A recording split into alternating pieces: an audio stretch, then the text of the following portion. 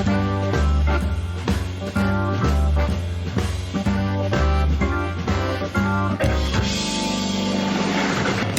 in to another episode of the FutureSox Roundup. My name is Mike Rankin. I'm your host alongside Elijah Evans. We're back on the Broadcast Basement Network. It is our second podcast here at the FutureSox brand. We thank Chris Lanuti again for allowing us to be part of his platform. We're really excited about the new venture because I'm sure there are plenty of you out there who are hearing my voice for the first time, and I welcome you. I hope you enjoy this product because we do multiple episodes a week here on the Future Sox brand.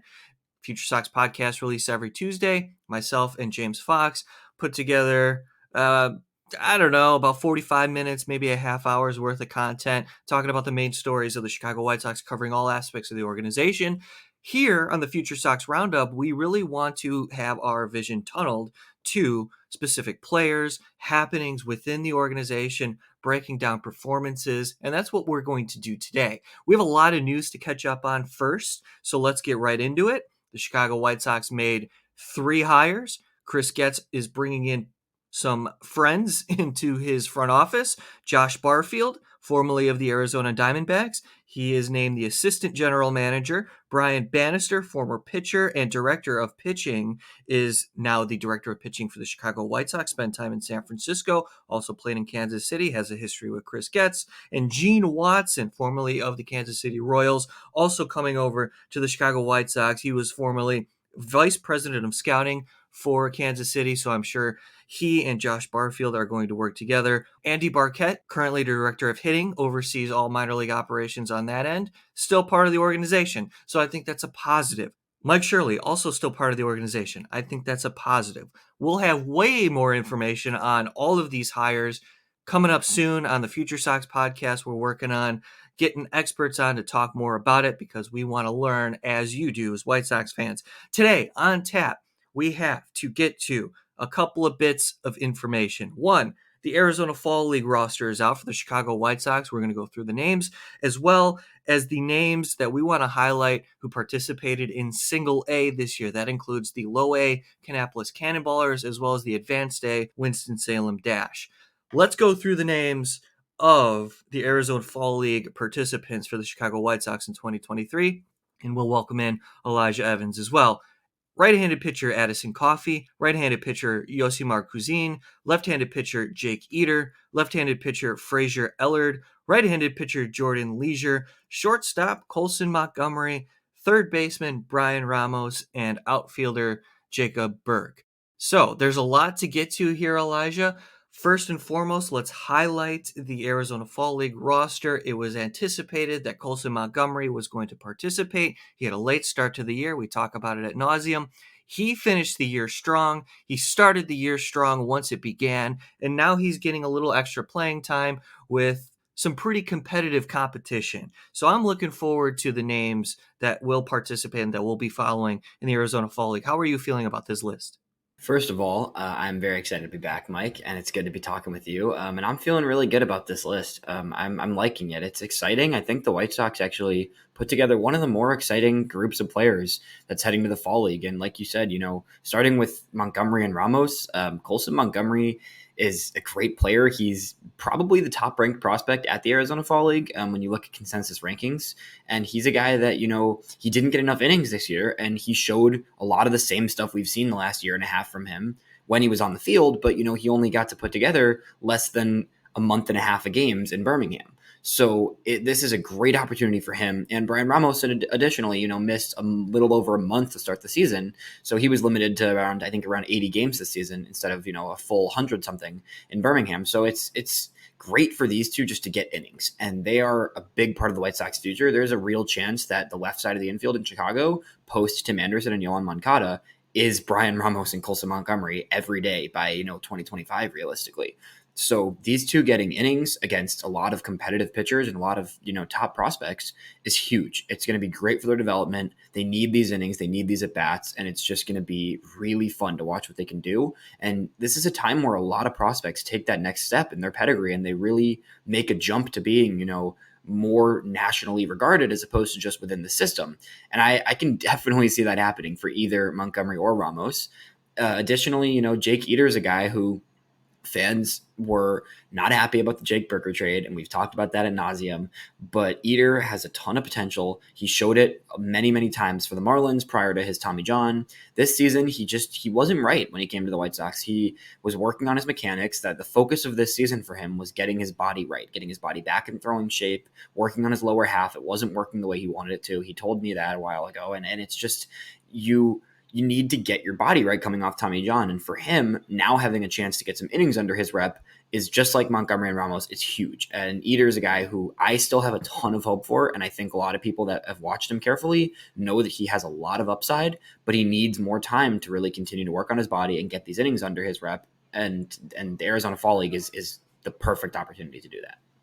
Yeah, you hit on a handful of names there, of course. Eater fractured his foot. That was a big deal. And of course, you mentioned the Tommy John surgery. Looking at Jordan Leisure, it's an interesting name who's close to Major League ready. Didn't see him in the big league level, but will get extra innings as well. Addison Coffey, a relief pitcher who was drafted in 2020, severely underslot, is making a name for himself. He's trying to push his way to the big leagues or at least get looks at AAA going into next season. Frazier Ellard, a 6'4 lefty. We'll see how the reliever is able to handle that competition. Jacob Burke is a dog, a guy who just competes all the time. And Yosimar Kuzin got a late start as well, a highlighted international signing. So we're celebrating some of the names that are headed to the Arizona Fall League a little bit further into their development. Let's take a step back now as we look at a lot of the names that Elijah put together. Now, this is a list that Elijah wanted to highlight, and I wanted to give Elijah credit because he works very hard. We're looking at the single A list of players within the Chicago White Sox organization who made an impact, who are taking steps in their career. Kannapolis Cannonballers, let's look at the record. Overall, 67 and 64. Not too shabby for a bunch of first-year guys experiencing professional baseball for the first time in their lives. Moving on to Winston-Salem, 60 and 66. Not terrible. I'll take it. Winston-Salem started 34 and 29. They finished the second half 26 and 37. We saw a plethora of promotions from Winston-Salem to Birmingham. In Kannapolis, 35 and 30 to start the year, 32 and 34. Same deal. A lot of Kannapolis guys move up to Winston-Salem. Let's talk about it. Wherever you want to go first, Elijah, there's Shane Murphy, Tyler Schweitzer, Aldrin Batista. The list goes on and on. So the floor is yours, sir. Let's start with some of these pitchers that, have been in the system a little bit longer. We've got three different kind of sections of players that I put together for this list. And this is really, the opportunity to highlight players that aren't on, a lot of the top rankings. A few of these guys made our top 30 list, but nobody on these rankings is, top 20 in the White Sox system for us or for any major publication. So I really wanted to take the time to look at some of these players who might not be the top ranked guys, but put together some really impressive numbers. So, let's start with a guy like Shane Murphy. Murphy was, I think we've mentioned him on the podcast before. He was a 14th rounder last year in 2022. Community college guy, under, a late round pick, didn't sign for much money. But this is a guy who's a left-hander. He's 6'5". He's just a really, I guess that term crafty left-hander, I think qualifies for what Shane Murphy does.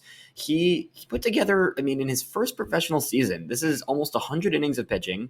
He went 96 and 2/3 innings with 98 strikeouts and a 3.63 ERA across his 21 starts, 108 whip. He doesn't walk many people at all. He's really consistent with his command. And the biggest thing for Murphy is really just limiting, home runs. He allowed 13 home runs, which is not ideal. But at the end of the day, he did not give up a lot of hits. He did not give up a lot of walks. And he's just a really steady, consistent pitcher who is, again, at 22 years old already. This is a guy who I can see starting in Winston next year after spending most of the year in Kannapolis. And I think we could see him, in Birmingham easily by some point mid next season.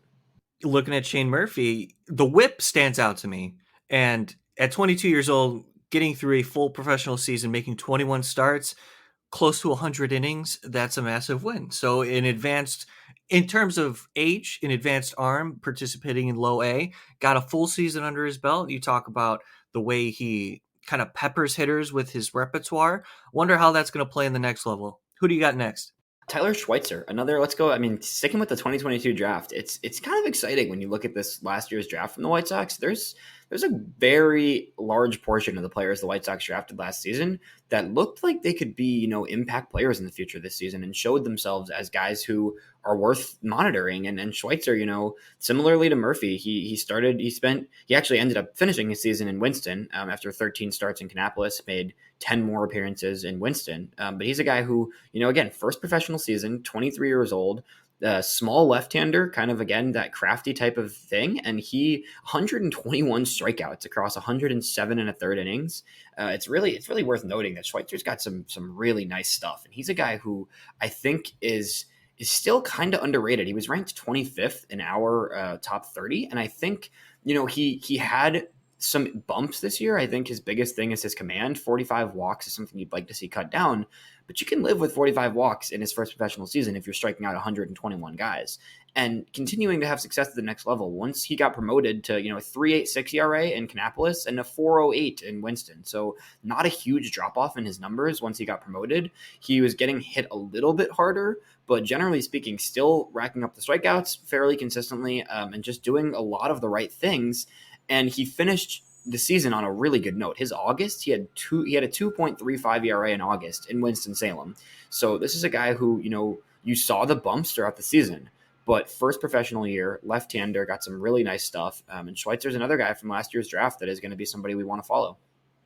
Especially looking at the success, I would call it a success as he moved to the next level. So when it comes to starting pitchers, especially participating in their first full professional season, I look at the amount of starts that they make. If they're deemed a starter, make your starts. And Schweitzer made 22 out of 23. So he appeared in 23 games and made 22 starts. So that's outstanding. And as a left-handed pitcher, you want to add that pitching depth within the system.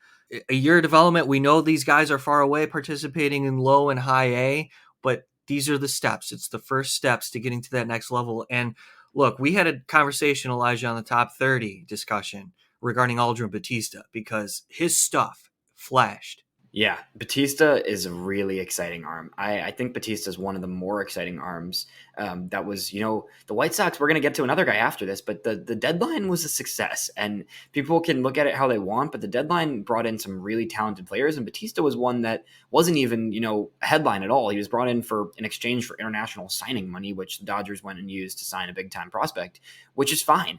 But for the White Sox perspective, bringing in a guy like Aldrin Batista, who he had a 2.66 ERA in his 5 starts with Kannapolis after dominating at the Complex League earlier this season. So this is a guy at 20 years old who has plenty of stuff to dream about and just a really good mix of talent and ability and just somebody that is projectable but is also already seeing results, right? You're not looking at a 20-year-old who you're saying, oh, maybe he could be something. You're looking at a 20-year-old who threw in his down the stretch of the season, got promoted to single A ball, 5 games in single A, 23 and 2/3 innings, only 7 runs allowed. That's good for a 2.66 ERA, 21 strikeouts across those 23 innings. And this is just generally a pitcher who he looked really good. I watched 1 or 2 of his starts and he looks like a guy who can throw. I mean, he's got a nasty sinker. Then his sinker it's almost got some rise to it. It's just a really nice pitch. And these days, you don't see a lot of guys that work with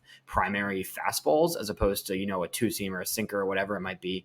And Batista's a guy who is just a really strong repertoire of pitches. He's got a nice looking mixture of his slider and his sinker that just really pair well together. And if he can continue to develop, a third pitch, he's been working on a changeup and continue to kind of work on that command. This is a guy that we could be looking at, he'll start in Candy next year, I think. And he could be a guy at just 20 years old right now that we project as a big part of the future eventually. He'll turn 21 in May of next year. And we're thinking about the frame, 6'2", 185, 7 walks only in 23 and 2/3 innings. And again, a guy acquired from the Los Angeles Dodgers. And we hear about the Dodgers pitching infrastructure all the time. And Nick Nastrini specifically was one to highlight that in particular. So more Dodgers arms. Gimme. All right, let's talk Juan Correa. This is a guy who, it was an underrated acquisition, I think, for, turning something the White Sox, I believe, need to do more and more of in the next year, especially as they work on this rebuild. Turning, veteran contracts into any sort of prospect is great. Turning a 1-year reliever into a guy that looks like has legit big league rotation upside if things click for him, is a whole nother thing. I mean, that's just an absolute steal of a trade. He was good with New York. He, earlier this season in high A, had a 3.67 ERA across his 83 innings and 17 games before the deadline, and then came over to the White Sox, immediately assigned still at the high A level to Winston-Salem, a 3.34 ERA across 6 starts with the White Sox, 32 and a third innings. So this is a guy who, 21 years old, and he threw 115 innings this season. So that is something where there's that balance, right, between wanting to keep guys fresh and also exciting and wanting to get them innings because they're succeeding. 136 strikeouts across 115 and 2/3 innings for Juan Corella. This is a guy who just looked great, 6'3", projectable frame, continued to look better since joining the White Sox, right? It's not like he took any sort of dive. And for him, it's really going to be, it's another guy who just needs to keep working and keep honing in on that command a little bit, because he, 43 walks is a little much, but it's nothing crazy. And generally just a good pitch mix of a fastball and a sinker. He kind of pairs both his two different types of fastballs, and he's got a slider that has been solid at times, and just looked like a very good quality arm throughout the year. And I think, he's just been really good throughout this season. And with the White Sox, he continued to look good. His strikeout numbers dropped a little bit after joining the organization post deadline. But I think this is somebody who we think will be in Birmingham sooner than later after an entire season with 115 innings throwing in high A this year. That's the highlight. 115 and 2/3 innings for Juan Corella at 21 years old. So give me that.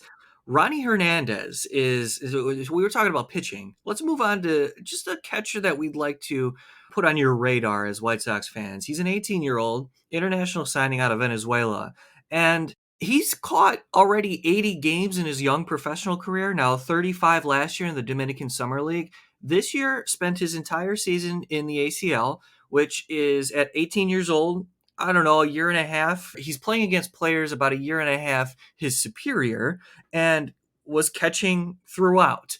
However, Elijah, we're highlighting the offense because it seems like this man can hit. Yeah, first of all, I've heard good things about his defense. It's hard to watch ACL games, but it seems from things I've heard that he's a guy who could be, have defensive upside behind the plate in addition to being a hitter. But, listen to this slash line, Mike. At 18 years old, Ronnie Hernandez put up a 338 batting average, 430 on base percentage, and a 493 slugging percentage. That's good for a 923 OPS at 18 years old. Yes, it's the complex league. Those numbers are still really, really nice. This is a guy, 22 walks to 35 strikeouts, right? So he's got kind of a developed approach. It's really rare to see anybody that age have any sort of, consistent plate discipline. And it seems like he's been that guy.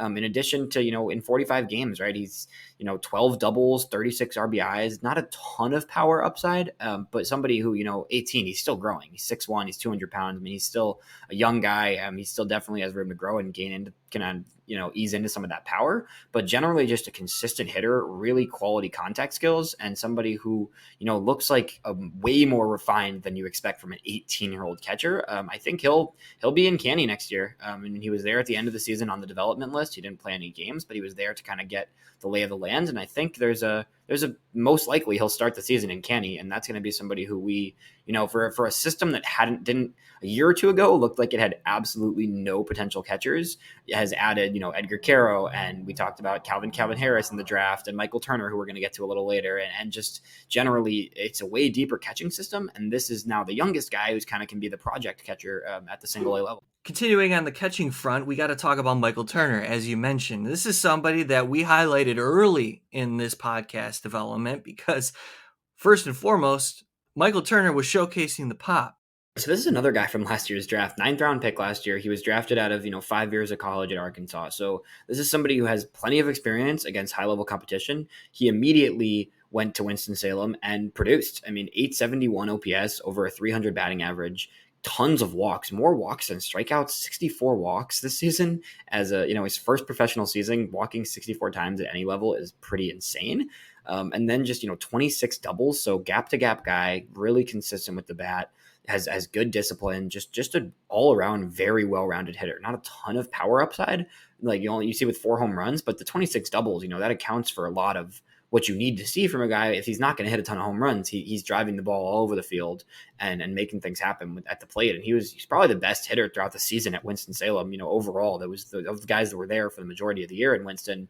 And he was in the middle. He's on the 5-6 part of that lineup for the entire season and did a great job and is a great approach and he's just clearly advanced. He's above. He's playing. He's just turned 25 a little while ago, and he's playing at a level that the level is at the same place he was in college. Playing in Arkansas at a big school in a power conference.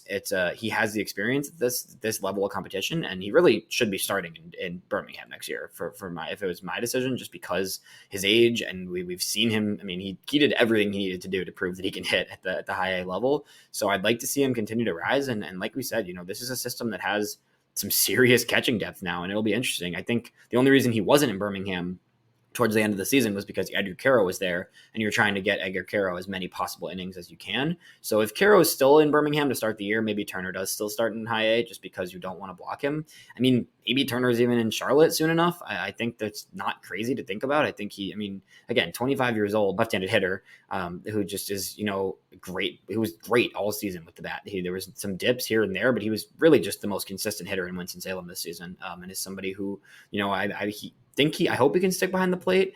He doesn't look like he's a great defensive catcher. He DH'd a fair handful of games for Winston, but he looks solid. I think. If he can stay behind the plate and hit it the way he could hit, it's regardless of him getting drafted at an older age, he could be a piece in the future. Yeah, he spent the majority of the time playing catcher, DH'd a handful of times, and would play first base sporadically. But you talked about it, the time spent in college. He turned 25 in August and participating in his full professional season for the first time. Spent all the time at advanced A, and that makes sense to me, allowing a player, he's advanced in age, but took advantage of the extra year of eligibility because of COVID in 2020 and made his way to Arkansas. That's no small feat, participating in the MAC and then playing in the SEC and hit the way he did at age 23 in Arkansas. Elijah mentioned it, finished with an 890 OPS in his final season in college, comes over and continues to have success in the White Sox minor league system. So on the offensive side, that's always been a thing. As we're monitoring Michael Turner, he was always been able to hit. So we're going to see if he can do it behind the plate, because that would be such a huge lift. Let's talk about a Swiss Army knife that we like to follow as well, and Brooks Baldwin. Now, there's no one defined position for him. He's listed as a utility player. How often do you see a player with this type of profile have the amount of success that Baldwin has had this year? Yeah, Baldwin's a rare case. I mean, he's not. There's nowhere you can put him that's like, oh, Baldwin is that. And yes, he's listed as a third baseman, and I think he played the most of his games at third base. But this is a guy who you want on your major league roster. And that's not to say right now we want him on your major league roster, but this is a type of player that is just invaluable to so many teams in so many different ways, because you can play him all over the field. He looks comfortable. I mean, yes, he played the most of his games at third, but he can play second. He's played all three different outfield positions at various times. I mean, it's just a really fun player, all things considered, and somebody who continued to hit throughout the year. And we saw him be, a good piece and look like he's got some pop. He's got some consistent contact. I mean, 15 home runs for a guy who's, a Swiss Army knife type player, with 22 stolen bases. He's got some speed, 42 walks. He's got some discipline. A 269 batting average, 349 on base percentage. So just a very well rounded player, and somebody that finished the year with Winston. I think he'll start the year with Winston. I think we could see him pretty quickly in Birmingham next year. And again, a little bit more advanced, 12th round pick. This is just really, really awesome to see that how many of these 2022 picks just succeeded this year and looked like legit pieces for the team. So, I think Baldwin is somebody who we are going to be really excited about in the future. Switch hitter is another thing I should mention. Just a very quality baseball player who does a lot of things the right way and continues to look like somebody who could be a really nice utility player in the future. I don't think he's a star at any position, but I do think he's somebody who you love. It's a great thing to have utility pieces around, and he's a guy who could play that role perfectly as he continues to develop. Boy, I'd love to talk to Baldwin about just what it's like not having a defined position. Let's move on to another infielder who plays multiple positions, and we wanted to give a shout out to this player, Mario Camilletti, because he's got quite the approach. Elijah, can you expand on that? Yeah, Camilletti has an insanely good plate approach. At 24 years old, this is another person we mentioned who, is last year draft pick, eighth round, and is just, it seems like the White Sox targeted a lot of guys that last year and this year to a degree who just are professional hitters and they know what they're doing at regardless of what level they're at. 98 walks this season for Camilletti. Are you serious? I mean, that just should not be possible at his level. It's just crazy. I'm very excited to see what happens with him. A 429 on base percentage, and somebody who doesn't have a ton of power, but quality contact skills, and just a guy who is nothing but consistent. And was all year in Kannapolis was amazing, and then went up to Winston-Salem and did more of the same thing, where he wasn't even hitting that well, but he still had a 410 on base percentage because he was walking all the time. So this is somebody who I think, again, at 24 years old, finished the season in Winston. I think he starts there. I think this is another quick riser and a guy who you expect to keep rising in the system because he's that consistent. All right, we just went through a number of names. Boy, the list is a lot more fun to follow, I would say, than years past because you talked about it. There's a plan in place when identifying a player. I think makeup is a huge priority for the White Sox in identifying those who they believe will have success at the professional level. And let's look at the makeup of Jacob Burke, somebody who is just nose to the ground. I am going to be the best player on the field. I'm going to do whatever it takes to be recognized as the best player on the field. Love watching him play center field. He covers plenty of ground. He's athletic. He was somebody who always had success at the plate at whatever level that he was challenged at, and this year's no different. Looking at his season, combined in advanced A and low A, he finished with an 832 OPS, hit 294, 6 homers, stole 19 bases. I'm a fan of Jacob Burke. He's listed in our top 30. He's also participating in the Arizona Fall League. It's just one of those guys. He's like a free safety out in center field, built 6'1", 208. And when you watch him play, you could see that the athleticism is showcased. Yeah, for sure. He's a freak of nature out there in center field, and he's a guy who I think has a lot of you might first notice him for his defense actually because his defense out there has been phenomenal. But at the plate, 19 stolen bases, he's got some speed. He 24 doubles. He's just got a consistent contact approach. And almost 400 on base percentage this season. So this is a guy who looked great in his first professional season, and ended up playing 50 games with Winston. He got promoted fairly early in the season because of how good he had been in Kannapolis. I mean, he was just tearing it up in Kannapolis, and you saw his numbers decrease a little bit at Winston-Salem.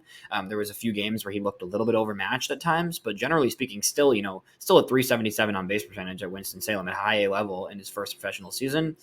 To go along with, like we said, great defense, good speed, athleticism, and just a player who is just a fun, hard-nosed guy who is going to get the job done and do everything he can do to help the team win. So that's somebody who I think is going to be really fun to watch him at the AFL. Getting sent to the Arizona Fall League and you're at the end of your first professional season is really not a common thing. I think you see more often guys like a Ramos and a Montgomery who are closer to big league ready. And I think that shows how the White Sox feel about Burke and how they're really excited about him.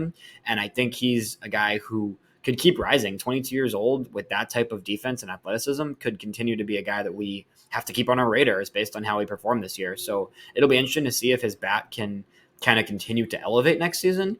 But he's just a toolsy player who is going to be fun to watch. And I want to quickly mention the fact that I know I keep saying this, but just for reference for people, we just mentioned 6 players on this episode that were all drafted in the 2022 draft. And most of them weren't even the early picks in the draft. So this is a lot of, Burke, right? It's 11th rounder last year. We just mentioned like a bunch of like 8th through 17th round guys who were all great in their first season. So the White Sox drafting and development has not been what we would love it to be over the last decade. But there's a lot of really good signs from the last 2 draft classes. And it's exciting, something to follow going into next year as we look forward to the future and this sort of rebuild the White Sox are going through. it's exciting to monitor the fact that our last two draft classes so far are looking really, really productive. And that's just something that we're going to keep an eye on. And obviously it's at the single A and high A level primarily, like we're mentioning, that's all what today's about. But it's as these guys get promoted next year to from single A to high A, or from high A to double A, whatever it might be, it's fun to watch this draft class continue to develop. Well, I'm glad you mentioned that because we highlight the effort of Mike Shirley and his staff, and that's why we were excited to see that he was still in his chair as Chris Getz took over and added other pieces to his front office. It's important to recognize the job that this drafting and development staff have done over the last 4 draft classes. And this is something that we should celebrate because it's not going to happen overnight. And this is something that is showcasing itself to be the beginning of something we hope to be great. And that's the way that the White Sox are going to operate is graduate and replenish talent within the farm system. And that's started by identification within the draft. And look, the international scouting department, they need to take a step up as well. A lot of these players have kind of fallen through. We just saw Yolbert Sanchez, for example, get cut by the organization. That was kind of a jab to the gut. Also should mention, we just went through a bunch of names in single A. Let's look forward to double A and triple A on the next episode. A little preview of that, Terrell Tatum was named by Baseball America as the minor league player of the year for the Chicago White Sox. So he will be featured, I'm sure, on the next episode. And we should also talk about the fact that Elijah Evans spoke to Seth Keener. This was a 3rd-round draft pick who I think can be special in the way that he develops into a starting pitcher. He is solely focused on becoming a starting pitcher. I implore you to listen to that interview because it was insightful. Love to hear from the player himself. And Elijah got a lot of really good information about Seth Keener. This is a guy who participated in a very, very deep Wake Forest rotation. He was thrust into the rotation because of injury, spent time in the bullpen. He was a hybrid arm.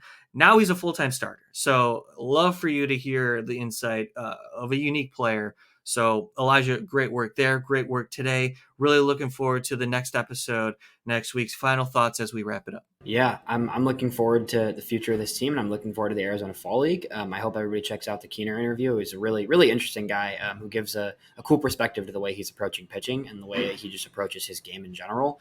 In addition to that, look out for more interviews to come. Hopefully I should be having some more prospect interviews throughout the offseason just to give our White Sox listeners an idea of who some of these prospects are that we talk about on this show. And it's a really fun thing to get to hear directly from prospects because these are young guys who are working really, really hard. As much as you see guys who may struggle at the minor league level in their first professional season or even in their 3rd professional season, these guys are all working incredibly hard to succeed at the next level. And the White Sox are building a strong group of guys in this farm system that I just want to keep being able to introduce to our listeners. So everybody, keep staying tuned for the Future Sox podcast. We've got plenty of stuff coming this offseason. And in a time where the White Sox don't have much to look forward to, there is a lot of content to be found with Future Sox focused on the minor league system. So I'm looking forward to next week and talking with you more then, Mike. That's Elijah Evans. Yeah, the future of the White Sox within the minor leagues. We hope. It sure does look like it. And I hope they do commit to minor league development and they get to that next step. For Elijah Evans, my name is Mike Rankin. Hey, thanks so much for tuning into this episode of the Future Sox Roundup. We are part of the Broadcast Basement Network. Make sure you give them a follow on Twitter and follow us at ElijahEV8. That's the number 8. And I am at Rankin906. Thanks so much for tuning in. We'll talk to you all next week.